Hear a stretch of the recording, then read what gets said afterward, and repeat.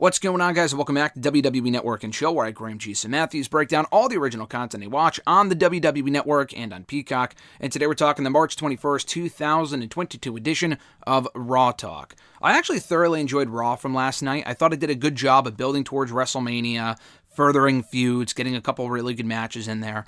Far from the greatest Raw I've ever seen or anything like that, but I thought it was a good 3 hours overall.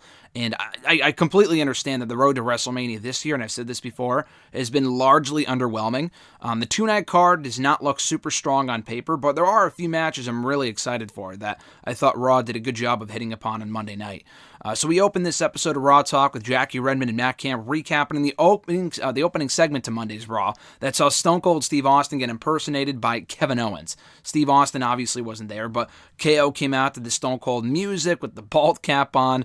The people bought into Austin being there, and then in the middle of the segment, when he hit the music again, selling it as if Austin was actually there, only for him to not be there and to start laughing again, a la, Shawn Michaels with Bret Hart in Montreal back in 2005. That was masterful. The entire segment was great. It was really just Kevin Owens at his best. An amazing troll job from KO on Monday's Raw, so I thought that was great.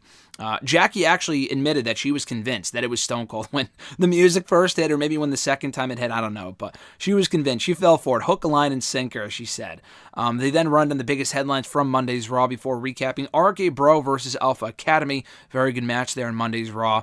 They also teased the Profits potentially winning the Raw Tag Team Championships. They got involved in that match, not in the match itself, but afterward. They were already announced as contending for the championships at WrestleMania a week or two ago. Alpha Academy got involved just last week. So it's going to be a triple threat at WrestleMania for the Raw Tag Team titles. They throw backstage to a backstage interview with Kevin Patrick and the Street Profits talking about what happened on Monday's Raw. Angelo Dawkins says that they had to handle business, and he calls themselves the Dean's Office because they closed down Alpha Academy, which I thought was a good line. He said that they said last week they would drop RK Bro if it came down to it, and it did. And competing at WrestleMania has been their dream, and they will do just that come WrestleMania in challenging for the Raw Tag Team titles. And it dawned on me while watching this interview backstage with these two, with Montez Ford and Angelo Dawkins, that they have actually yet to get a true WrestleMania moment. They got called up in late 2019. Their first WrestleMania, they were technically on WrestleMania 36, but obviously it was inside of an empty fucking performance center. They did retain the Raw Tag Team titles that night, I think against Austin Theory and Angel Garza, if I'm not mistaken. That mini group that Zelina Vega was doing there for a little while with those two and Andrade. So they won that night. Bianca Belair, I think, debuted afterward, celebrating their victory with them. But that was about it, though. I mean, there was no crowd there. It was a very forgettable match, kind of like a Raw match, basically. So that wasn't really a WrestleMania moment.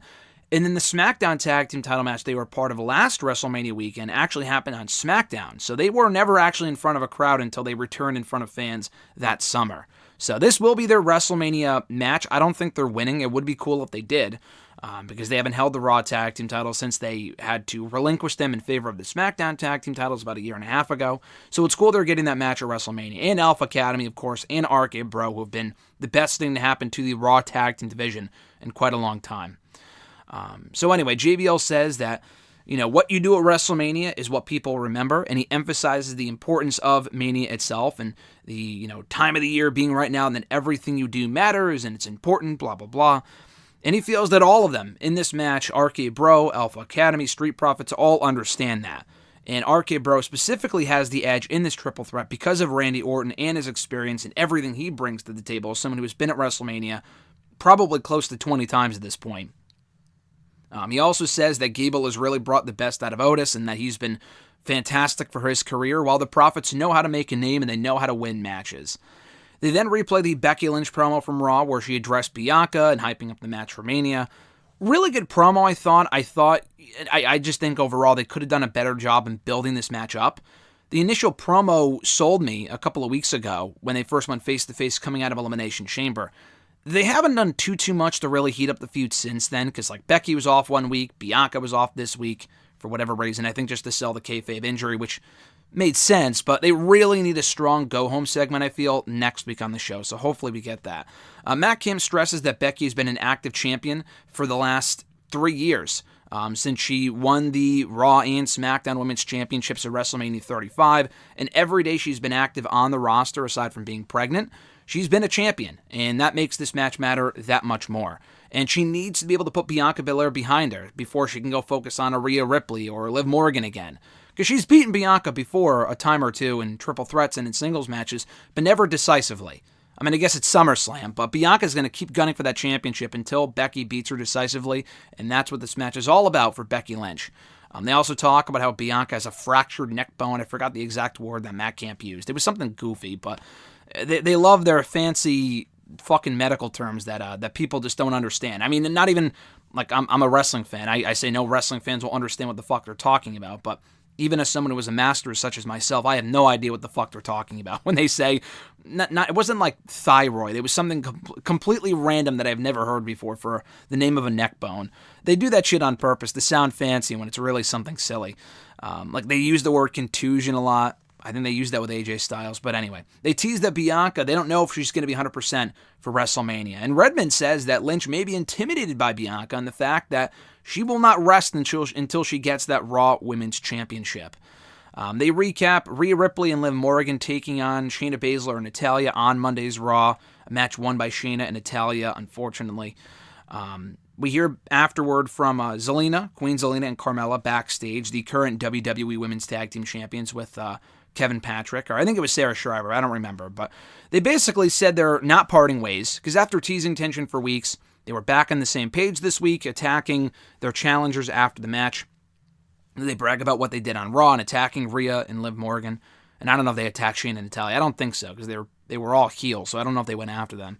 But Carmella says they are fully focused on, retaining their championships heading into WrestleMania, and Zelina says they're a united front and they leave to celebrate.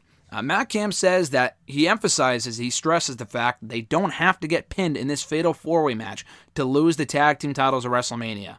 I think Bayley and Sasha also defended the women's tag team titles at WrestleMania 3 years ago. I think they actually did get pinned in that match. I think Bayley got pinned by Billie Kay. Maybe I'm wrong. Maybe she didn't, but it is a match where they don't have to get pinned to lose their championships. They recap AJ Styles and Seth Rollins in the main event. Great match with a stupid stipulation. The whole, if Rollins wins, he takes AJ's match or spot at WrestleMania against Edge, which is so fucking dumb. So they talk about that. They also, and not the fact that it was dumb, I'm saying that, but they hype up AJ Styles versus Edge for WrestleMania. I want to say night 2. I'm pretty sure that's on night 2. They also recap Finn Balor versus Austin Theory from Raw, a match won by Balor, furthering that feud going into WrestleMania. Jackie Redmond wishes that she saw Vince's reaction to Austin losing on Raw and wishes that they had a Vince cam ready at all times. I think less of Vince on WWE TV at this point, the better. But it is weird that we haven't really seen Vince involved in this whole Pat McAfee, Austin Theory feud at all. I mean, we got him on the Pat McAfee podcast. They alluded to him being at SmackDown last week when Pat went into his quote-unquote office. But we didn't actually see Vince on TV, which is weird considering we saw a lot of Vince coming out of Survivor Series with him and Austin Theory, so it is a little strange. We actually hear from Pat McAfee here on Raw Talk, which was cool. He said that his first time on Raw was on Monday night when he showed up to distract Austin Theory and cost him his match against Finn Balor. He said it was a dream come true to appear on Raw. He actually loved watching Finn Balor beat up Austin Theory because he is facing Austin Theory at WrestleMania. It's a night he'll never forget. And not only that, but he wasn't going to let Theory smack him twice. And he calls getting the whole fired thing a potential conspiracy. But he's been training all day and all night heading into WrestleMania. He's getting back in the best shape of his life. I would hope so.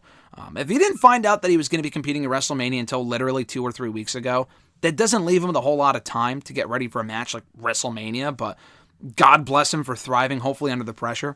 But he can't wait to beat the hell out of Austin Theory at WrestleMania.